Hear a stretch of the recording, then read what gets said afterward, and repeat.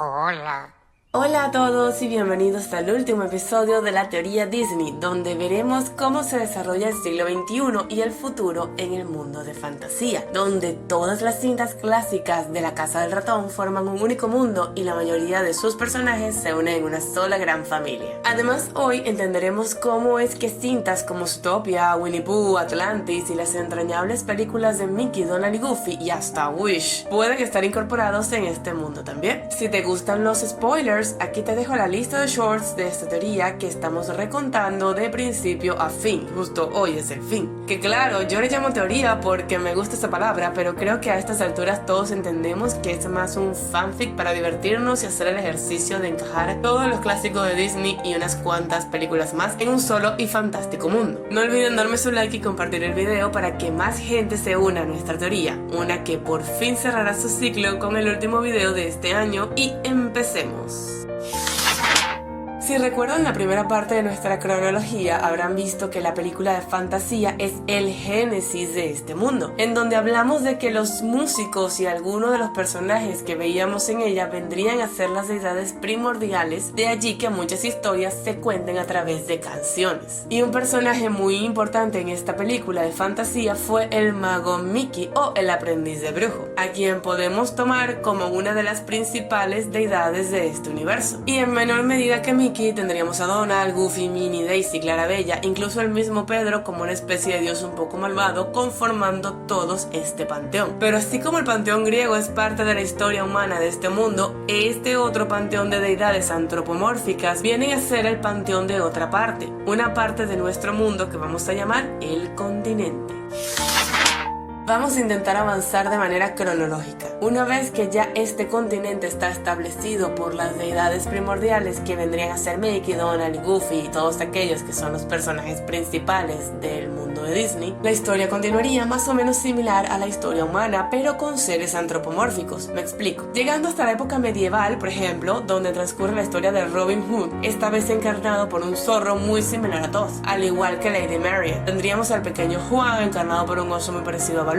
Y con eso quiero que tomen en cuenta la cantidad de personajes en esta película que se parecen a otros personajes, tanto de historias de seres antropomórficos como de historias donde sí que están dentro del mundo de los humanos, pero los animales se parecen demasiado a los de esta película. Con esos datos vemos que podría haber una cierta interacción entre ambos mundos, o siendo más específicos, ambas dimensiones, por lo que podríamos pensar que los personajes de esta película son los antepasados medievales de estos otros personajes.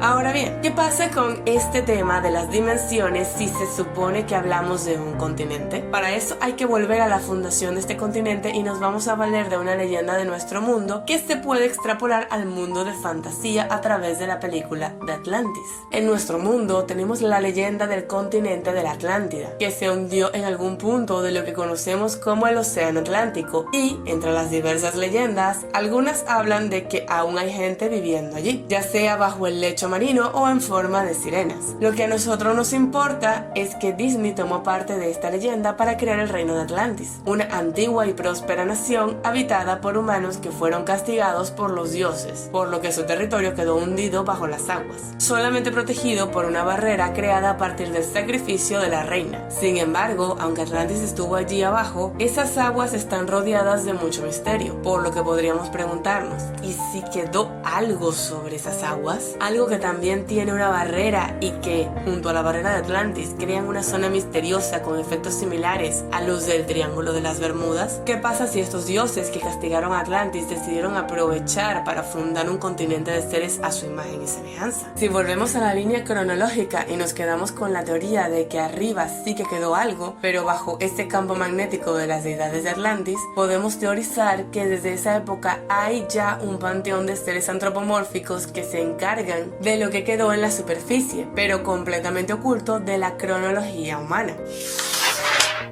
De esta manera se desarrolla una historia completamente paralela y con eso ahora vamos al bosque de los 100 acres, ya que este es el punto interdimensional entre la dimensión de los humanos y la dimensión de este continente antropomórfico, el cual se entiende en el mundo humano como un libro de cuentos, el libro de Winnie Pooh, al cual tomamos como el puente entre ambas dimensiones, por lo que Christopher Robin pertenecería a la dimensión humana de fantasía, siendo coterráneo y contemporáneo con los hijos de Wendy Darling. Por otro lado, similar a las deidades que tenemos en la cronología humana de este mundo, las deidades de este continente antropomórfico también se reprodujeron entre sí, por lo que generaron varias razas de seres mortales, y dentro de esas razas de seres mortales vamos a ver un ciclo de reencarnación, o mejor dicho, varios ciclos. Así veremos reencarnaciones de Mickey, de Goofy, de Donald, de Daisy a través de relatos como Los Tres Mosqueteros, como El Príncipe y el Mendigo, Jack y las Habichuelas Mágicas, Un Cuento de Navidad, en diferentes puntos de la historia, incluyendo algunas más modernas como las de Goofy y su hijo Max, por lo que podemos decir que actualmente Mickey, Donald, Goofy y todos los demás son tanto reencarnaciones como descendientes de estas deidades, que siempre van a seguir existiendo en este mundo. Ahora que entendemos un poco de la mecánica e historia, pasemos a su distribución poblacional. Dado que es un continente, podemos decir que tenemos diferentes naciones que lo componen, y esas naciones estarían conformadas por diferentes ciudades y pueblos, algunos llegando al nivel de una metrópolis y otros un poco más campesinos, por así decirlo. Entre estos pueblos que la conforman estaría el pueblo de OK Oaks, espero pronunciarlo bien, de la película de Chicken Little, un pueblito conformado únicamente por animales antropomórficos de granja. Y así como tenemos pueblitos como los de Chicken Little y tenemos descendientes de estos seres antropomórficos tanto dentro del continente como dentro de la historia humana de esta cronología, asimismo tenemos descendientes de estos personajes en la que sería la gran metrópolis de este continente, que sería Zootopia. Y aquí es donde se puede cumplir esa teoría que tanto ha rodado de que Nick es de hecho descendiente de Robin Hood y Lady Marian. Sí puede ser un descendiente lejano de ellos tranquilamente bajo esta teoría, porque quedaría dentro del mismo continente. Serían ellos los antepasados de Nick y probablemente Nick lo sepa, o al menos una parte de su familia. Y para ellos la idea de que pueden existir sociedades con seres como los humanos serían simples mitos y leyendas. Al respecto, otro dato interesante que nos da Zootopia es que tienen sus propias versiones de las historias de la dimensión humana, representadas a través de películas, pero con un elenco antropomórfico, obviamente. Esto nos plantea la idea de que algo similar podría ocurrir en la dimensión humana, donde tanto sus relatos históricos como las leyendas sobre animales antropomórficos se representan a través de películas, siendo así posible que producciones como ¿Quién engañó a Roger Rabbit? O los más recientes Chip y Dale y Once Upon a Studio puedan existir sin problema en este mundo como justamente sátiras audiovisuales. Y ya que con Zootopia hemos alcanzado el punto en el que estábamos con la cronología humana, seguiremos con esta en el siglo XXI. Para esto empezaremos con una historia que creo que se desarrolla en el año 2002, siendo esta Lilo y Stitch. Al ocurrir en Hawái, que aunque es territorio estadounidense originalmente es una isla más de la Polinesia, pues podemos asumir que Nani y Lilo descienden de los Mutunui, la tribu de Moana. Pero aquí lo más interesante es el vínculo que se genera con formas de vida alienígena, donde podemos ver que el gobierno está muy consciente e involucrado en el tema. Así que si ya en el 2012 empiezan a integrar seres alienígenas a la vida humana, ¿no podrían integrarse seres de otra dimensión en la misma Tierra? Podríamos asumir que en este punto ya empieza a generarse una apertura a este tipo de convivencias, y con ese dato, en la siguiente película podríamos tener un par de opciones interesantes. Así continuamos con La familia del futuro, donde Cornelius salva el futuro de la versión de Disney de la revolución de las máquinas y aprende a soltar su pasado para caminar hacia el futuro. Amo ese mensaje, pero me quiero concentrar en la esposa de Cornelius y en su hobby, oficio, nunca me quedó muy claro. El coro de ranas, pues. Se nos cuenta que Franny experimentó con ranas hasta enseñarles a hablar, cantar, tocar instrumentos y hasta comportarse como humanos. Y es aquí donde tenemos dos posibilidades que dejaré a tu criterio. Número 1. Estas ranas no son más que descendientes de aquellas otras personas a las que Facilier pudo haber engañado y dejar permanentemente convertidos en sapos, por lo que tendrían la capacidad de desarrollar el habla, pero la tendrían dormida al vivir por tantas generaciones como ranas comunes. O 2. Estas ranas provienen de la dimensión antropomórfica, donde los anfibios no son considerados seres evolucionados, no porque no puedan lograrlo, sino porque varias sociedades de mamíferos de este continente llevaron a cabo una especie de evolución selectiva para que los carnívoros siguieran teniendo a quienes comerse sin ir contra la ética de esta dimensión. Ahora tenemos la historia de Wolf, transcurriendo en Los Ángeles del 2008, siendo Penny una actriz que, si sale de su retiro, podría interpretar algún remake de las películas históricas que ya mencionamos. Pero también tendremos al elenco de animales que serían descendientes mestizos de animales antropomórficos con animales comunes, por lo que pueden comunicarse de forma sofisticada entre sí y entender el habla humana, más no replicarla al llevar una vida salvaje o ser criados como simples mascotas. También me gusta pensar que Penny sería bisnieta de Anastasia Tremaine, por cierto paralelismo que veo entre su conexión con Bolt y la conexión de Elizabeth, la hija de Anastasia, con Reina. Además de que, claro, Bolt me da mucho ese aire protector de golfo y pues Penny es un castaño casi que pelirrojo.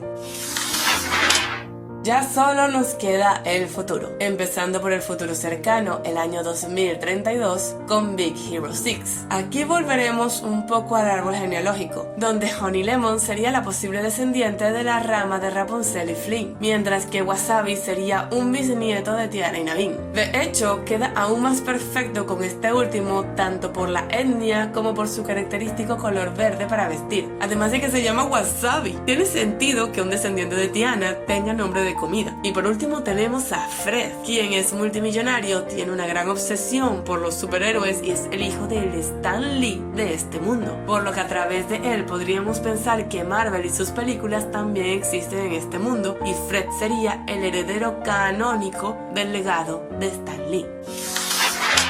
Alejándonos más en el tiempo tenemos Un Mundo Extraño. Y ya aquí empezamos con las cintas que menos me emociona incorporar a la teoría. En esta película vemos cómo ha avanzado todo el potencial tecnológico que ya vimos en Big Hero 6 y un poco del avance de la relación entre humanos y alienígenas. Pero claro, esto abre la puerta a la posibilidad de que una o varias catástrofes apocalípticas puedan tener lugar en algunas zonas del mundo avanzado según lo ya establecido y otras siendo prácticamente reiniciadas. Tal es el caso con Raya, la cual podemos ubicar en vez de en un pasado de hace miles de años, en un futuro distópico de miles de años, en el que el primer ataque de los Rum desoló y prácticamente aisló a todo el sudeste asiático de este mundo, el cual no podría volver a integrarse al resto del mundo hasta muchos años luego de la historia de Raya. Para esta parte del mundo, los dragones serían sus deidades originales, y se puede ver una cierta convergencia con los animales de la dimensión antropomórfica, en los monos que parecen tener un intelecto casi humano y algún mestizaje con razas alienígenas, como el armadillo gigante que transporta a Raya.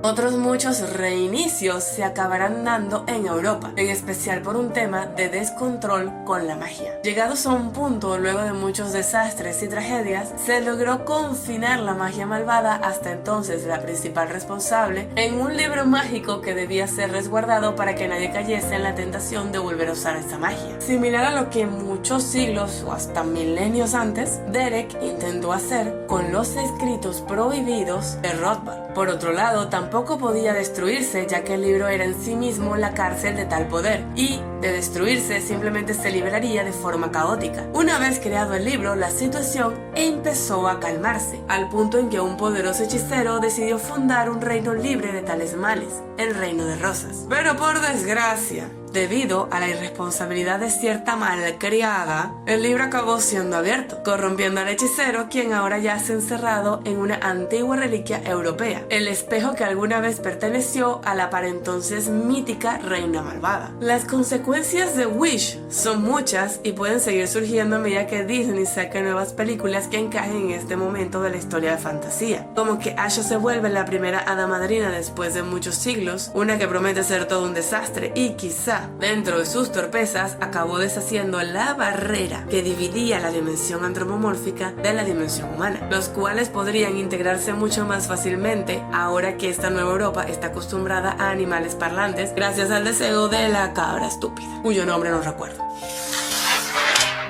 Así que ahora, teniendo la mitad del mundo recién saliendo de un nuevo medievo, pero conviviendo en paz con animales antropomórficos, y a la otra mitad súper avanzados en tecnología y conviviendo con alienígenas, damos paso a la última cinta sobre este mundo, donde todos los datos anteriores convergen en una sola y súper expandida realidad, el planeta del tesoro. Y tiene todo el sentido del mundo, ya que aquí podemos ver híbridos entre animales, humanos y alienígenas, con vestimentas y artilugios de diferentes épocas en combinación con super tecnología y viajes espaciales.